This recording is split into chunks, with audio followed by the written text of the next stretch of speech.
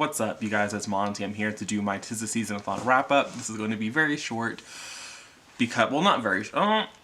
Don't make any promises, but I read 4, I think I labeled them novellas in my reading spreadsheet because I think they were the same length as The Lost Sisters was.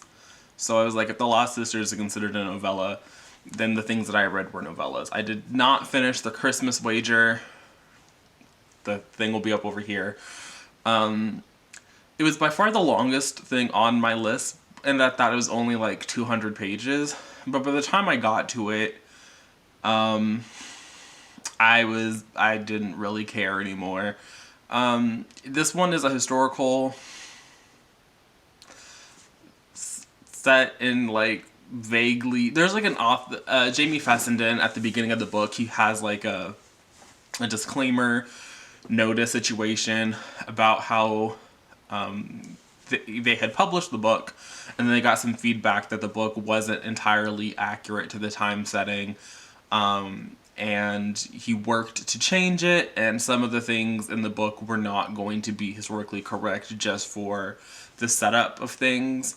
But I never really got a historical vibe from the book. It felt very contemporary, just like in a historical setting.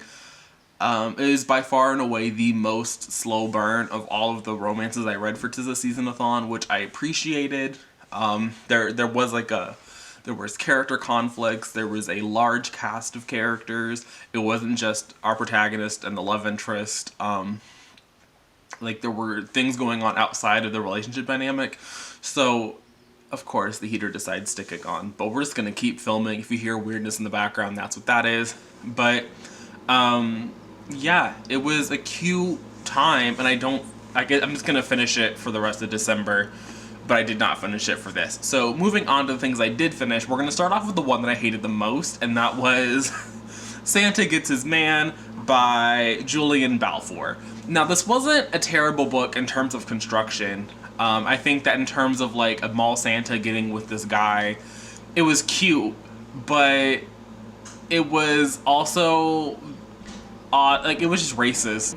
As soon as, so we have the setup is you get the mall Santa is getting with this like person, but on like page 10 or something, after they have the initial meetup, you find out that the two characters actually went to school together, and so our love interest, I think his name is like Jack or something, decides that he can't let the other guy see him outside of the Santa suit, even though Santa sent him to the apartment, and so he puts on yellow face and like gives the guy a massage and a hand job, and then the story is kind of over, but then they run into each other again, and it's all very strange. It's so weird, and like it was cute, but the yellow face. So the yellow face ruined all of the potential that book had for me. 10 out of 10 did not appreciate. The next thing I read was Best Christmas Ever by Terry O'Reilly, and this was a story about a man who's going home for the holidays, and he gets stuck in a blizzard, and then he meets this hitchhiker, and plot twist, he knows the hitchhiker because like 4 years ago or something, the dude, like the hitchhiker was in his like class, because the man going home for the holidays is a professor. This book just felt really uncomfortable to me. Like, it wasn't the age gap that did it for me, but the man who was going home for the holidays hadn't been home for like 10 years or something, because he had been previously engaged to someone who was now dead. And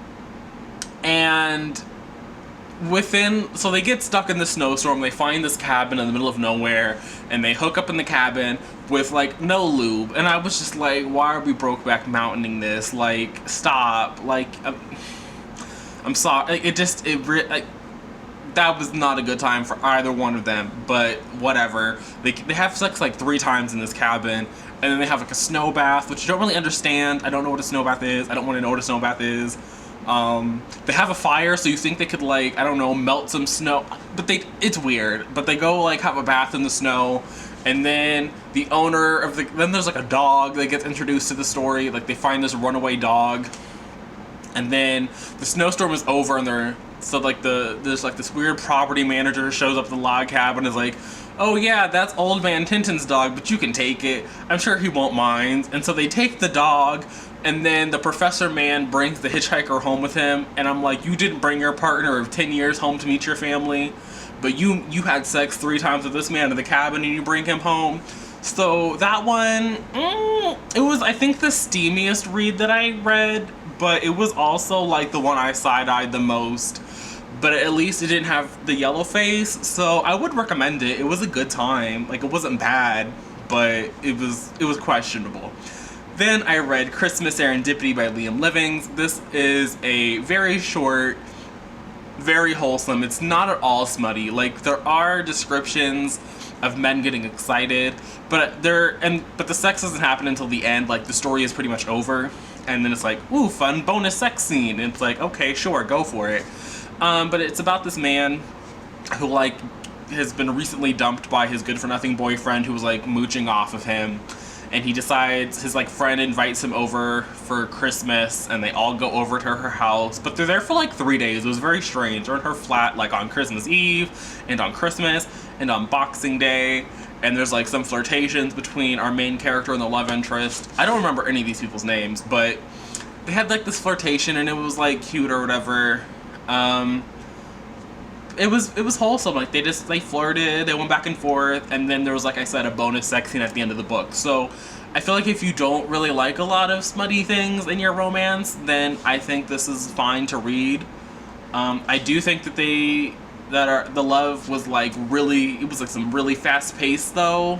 I don't think there were declarations of love in this, like, 50-odd page thing that I read, but it got real close. So I was kind of like, I get it, but I was also like, dude, you just got dumped. Like, I need you to even out a little bit. And then the last thing I read for 'Tis the Seasonathon was The Night Before Christmas by Drew Hunt. This was another contemporary set book about this man who runs into this man who's, like, in a suit of armor. There was some explanation about it. I didn't really understand it. It was cute. But the knight shows up at Homeboy's, I think he has, like, a hardware store, and he shows up at the hardware store because he's like, the hardware store man will be able to help me out. Like, they'll have some oil to get this helmet off for me or whatever.